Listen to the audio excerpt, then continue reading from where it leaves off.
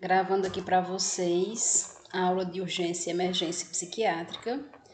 Foi uma aula síncrona, eu dei esta aula para vocês, só que eu não consegui gravá-la. Quando eu olhei, ela não estava sendo gravada, tá? Então, estou aqui, tá? Gravando para que vocês possam estudar. Até por isso, eu ainda não enviei a atividade referente à psicopatologia e a urgências e emergências psiquiátricas, porque quando eu fui ver, não tinha conseguido gravar urgências e emergências. Então, hoje eu estou gravando para vocês e irei passar aí a atividade logo após. Então, vamos lá. Definição aí, de urgências e emergências psiquiátricas são qualquer alterações nos pensamentos, sentimentos ou comportamentos para as quais se faz necessária intervenção imediata por representar risco significativo para pacientes ou para terceiros, tá? Os pacientes que se apresentam em crise são pessoas com intenso sofrimento emocional e físico, por isso frágeis, com várias expectativas e fantasias, frequentemente irreais, que influenciam suas respostas ao tratamento. Então, vamos entender isso aí, tá? Paciente em crise, ele é um risco para ele e para terceiros. Por que ele é um risco para ele? Porque ele pode, se machucar, se automutilar, ele não vai querer aderir às medicações, é um paciente que vai dar trabalho para fazer o tratamento, tá? E pode ser um risco para terceiros, porque ele pode criar uma aversão devido ao transtorno que ele tenha com relação, a outra pessoa. Então, ele pode criar essa aversão para com o outro, seja para com alguém da sua família, seja para um vizinho, seja para outro parente, tá? E ele seja realmente um risco, já tenha tentado, fazer algo de mal para com esse terceiro, ou fala em tentar, tá? Muitas vezes, pessoal, essa tentativa, essa vontade, essa verbalização do paciente em querer fazer mal para outra pessoa, muitas vezes vem, dessa questão da fragilidade que a sua mente apresenta com relação ao transtorno ou ao sofrimento psíquico, tá? Onde muitas vezes, como nós já vimos, o paciente pode estar apresentando alucinações auditivas ou visuais, e daí a voz ou a pessoa que ele vê, fica dizendo para que ele mate outra pessoa, bata em outra pessoa, bata no pai, bata na mãe, ok? Bata em determinado vizinho. Então, ele fica criando isso na mente do paciente, e o paciente vai vivenciar isso através da sonorização do pensamento, e daí ele, em crise, dentro da urgência e emergência, ele vai tentar agredir o outro, tá? Por isso, ele é um paciente diferenciado, como nós já vimos, como nós já falamos, e temos que ver essa questão do risco para ele e para com o outro. Por isso que ele precisa de uma assistência imediata, tá? Existem alguns casos onde a gente classifica aí os transtornos, as características, como emergência, como urgência e como eletivas, tá? O que é que a gente caracteriza aí como emergências psiquiátricas? O delírio tremens. Veja que o delírio tremens, ele é ocasionado pela abstinência alcoólica. Então, os pacientes, ou pela abstinência com relação, ao uso de drogas também, certo? Então, nós temos o delírio tremens e nós temos o delirium. O delirium, ele é um processo de delírio onde algumas vezes o paciente ele vai apresentar sonolência, tá? No delírio tremens, que é mais pela abstinência alcoólica, o paciente ele vai apresentar agressividade, agitação, tá? Ele pode vir a agredir o outro, ok? Por isso, classifica aí nas emergências psiquiátricas.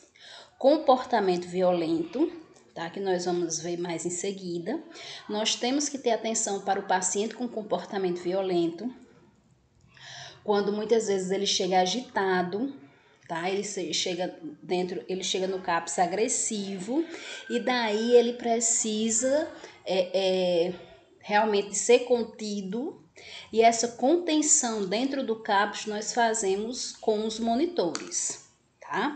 Por isso que os monitores geralmente são homens, são fortes, para que eles nos ajudem, tá? Ajudem aos demais profissionais a conter esse paciente quando ele apresenta esse comportamento violento.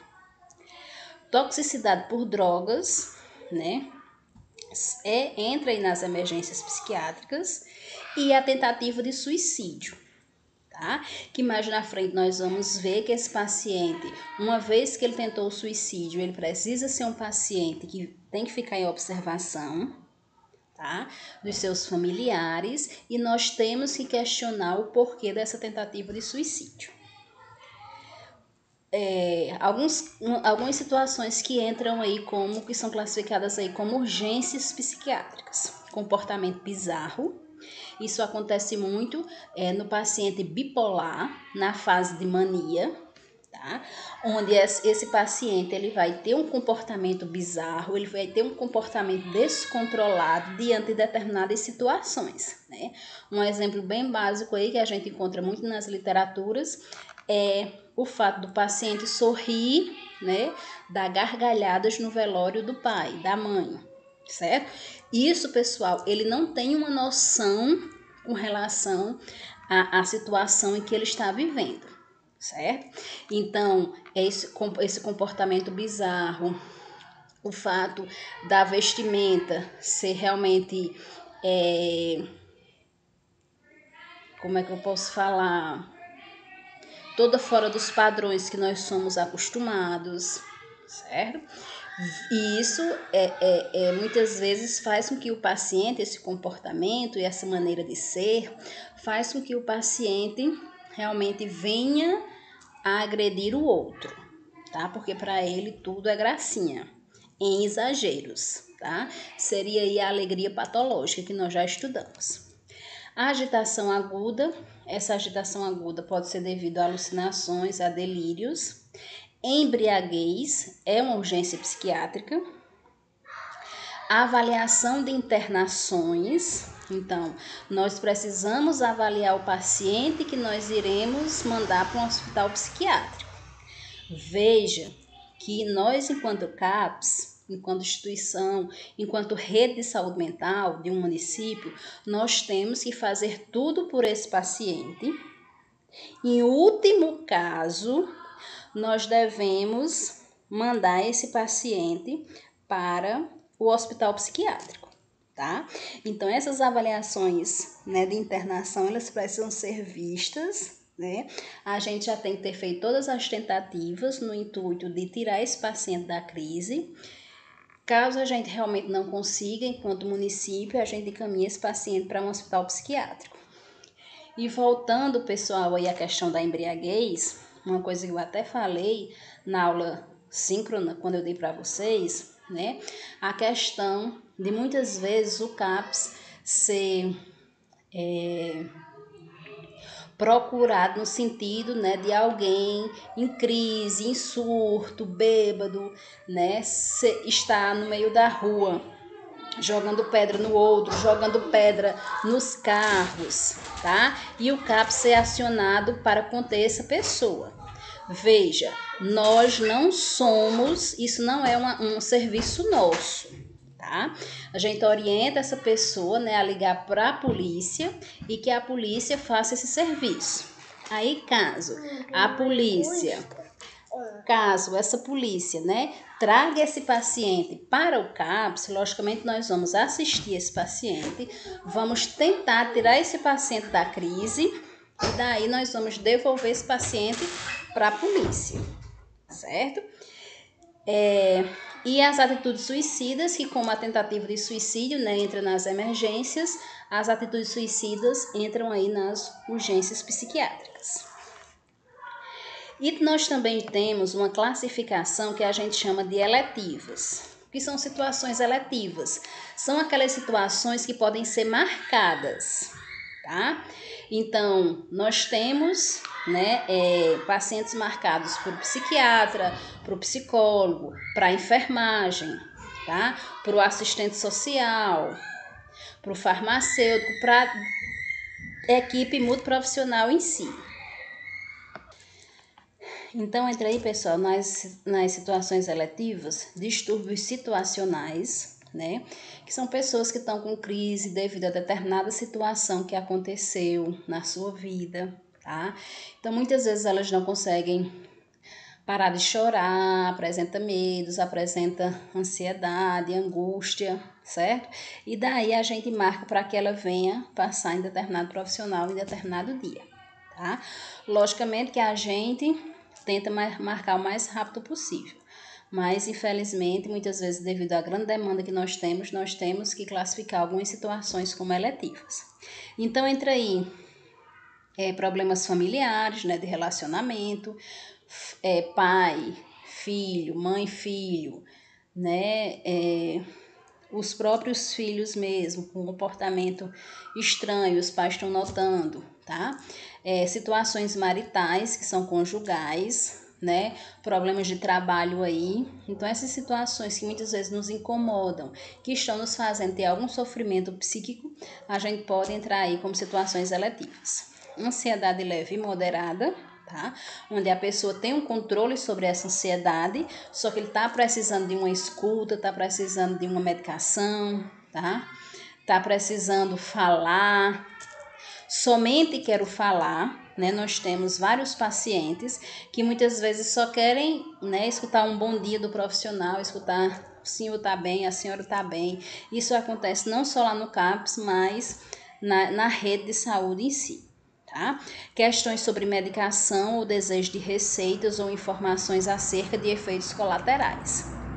Então, muitas vezes o psiquiatra, né, ele prescreve a medicação, o paciente está estável, está em estado de manutenção e manda ele retornar daqui a 3 meses.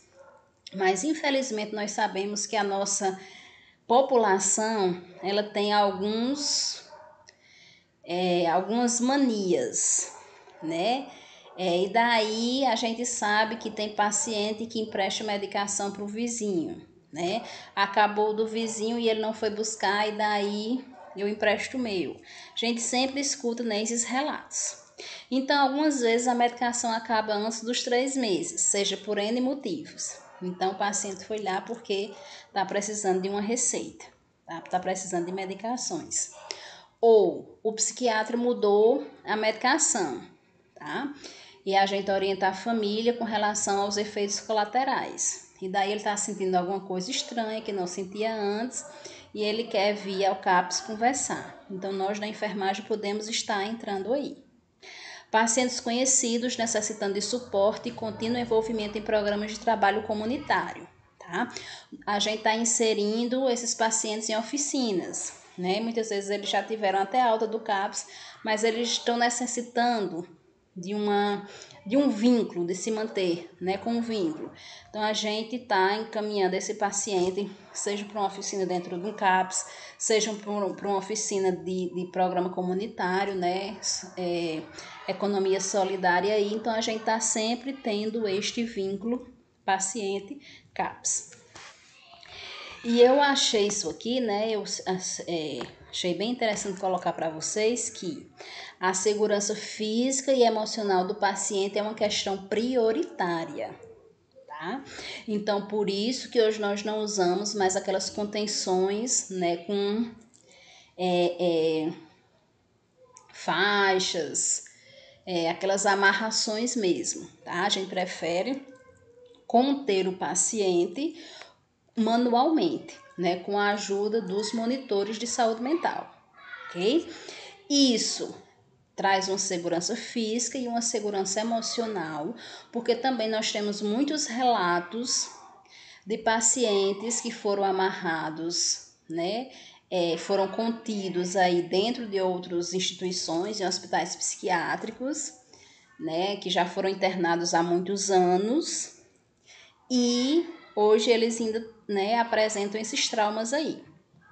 Espaços físicos, populações de pacientes, comunicação entre o pessoal, reações de contratransferência devem ser considerados pelo examinador para que se conduza a avaliação até o final. Então, nós devemos ter todo, né, aquela anamnese, aquela avaliação, aquele histórico do paciente.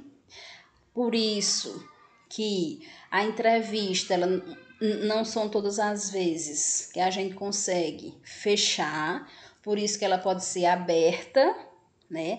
Apesar da gente seguir aí um prontuário, certo?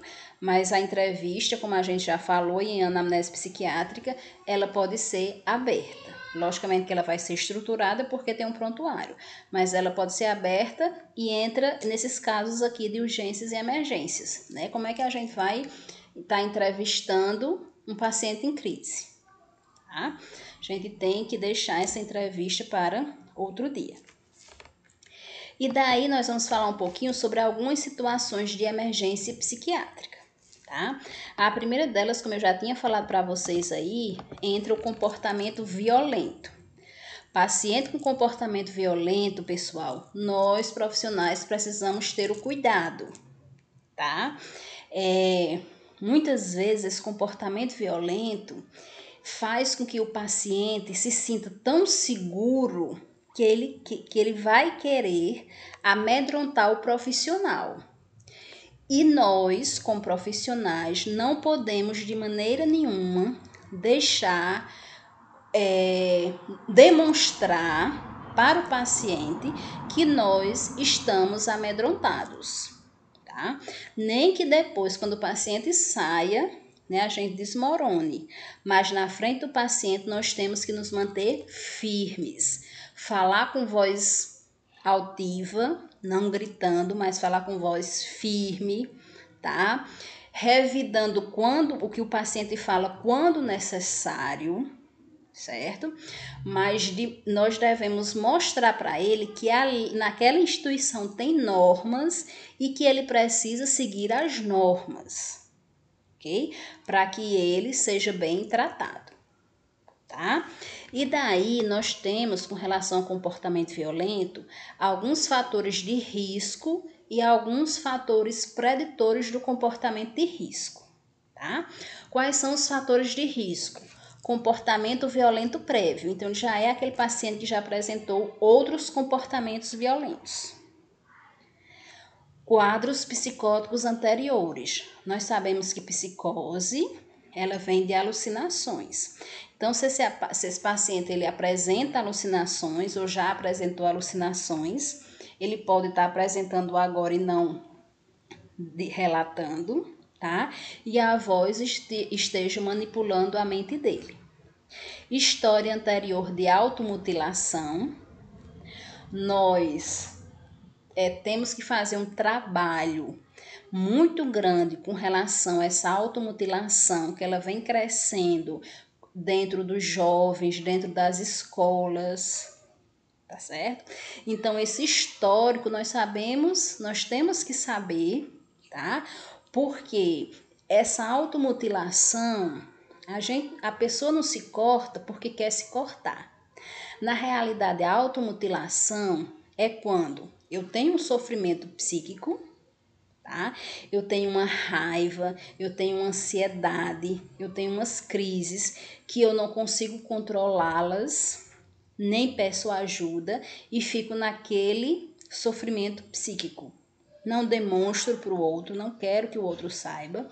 E daí o que é que acontece? Nosso cérebro, ele só armazena uma dor, tá?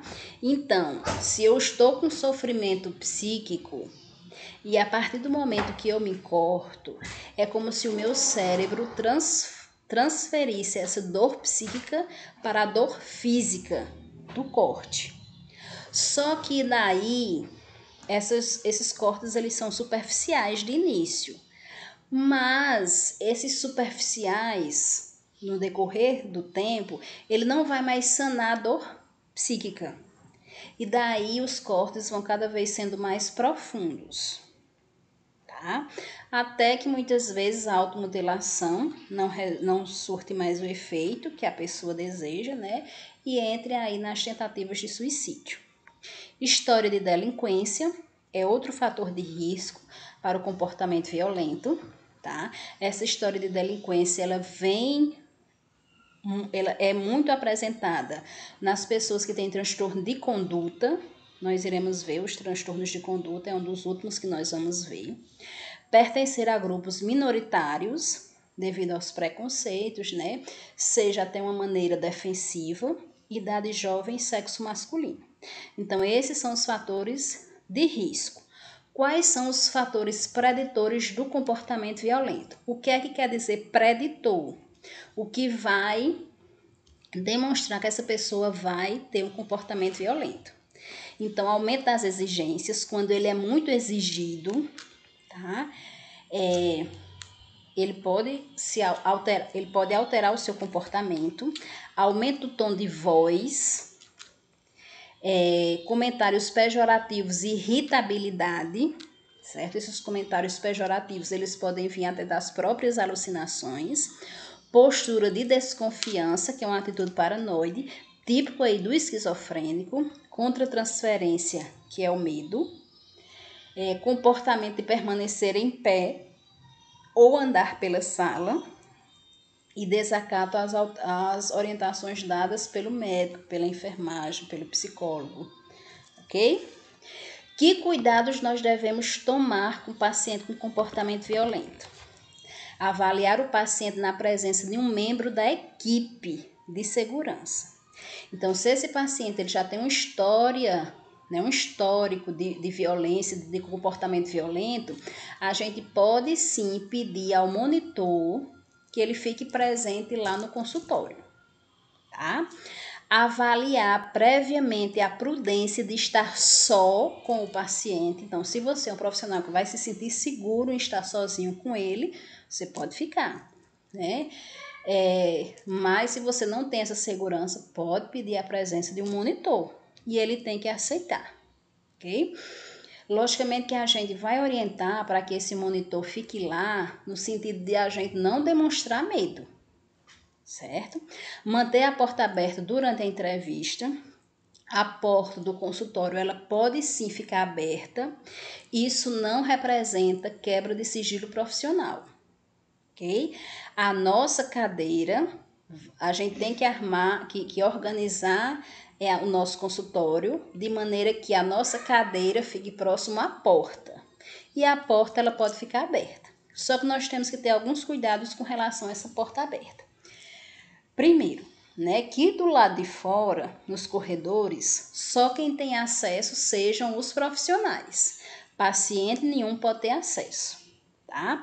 E que os nossos profissionais tenham, né, a exigência, o cuidado de um sigilo profissional, tá? De se manter o sigilo profissional. Evitar contato físico que possa ser interpretado pelo paciente como ameaçador. Então, nós temos que tocar no paciente se necessário. As contenções físicas quando necessário, é o que eu falei para vocês, nós, enquanto CAPS, trabalhamos com essa contenção física do tipo manual, né? Os nossos monitores que vão tentar conter esse paciente. Em último caso, a gente pode usar aí as ataduras, as amarraduras. Tá?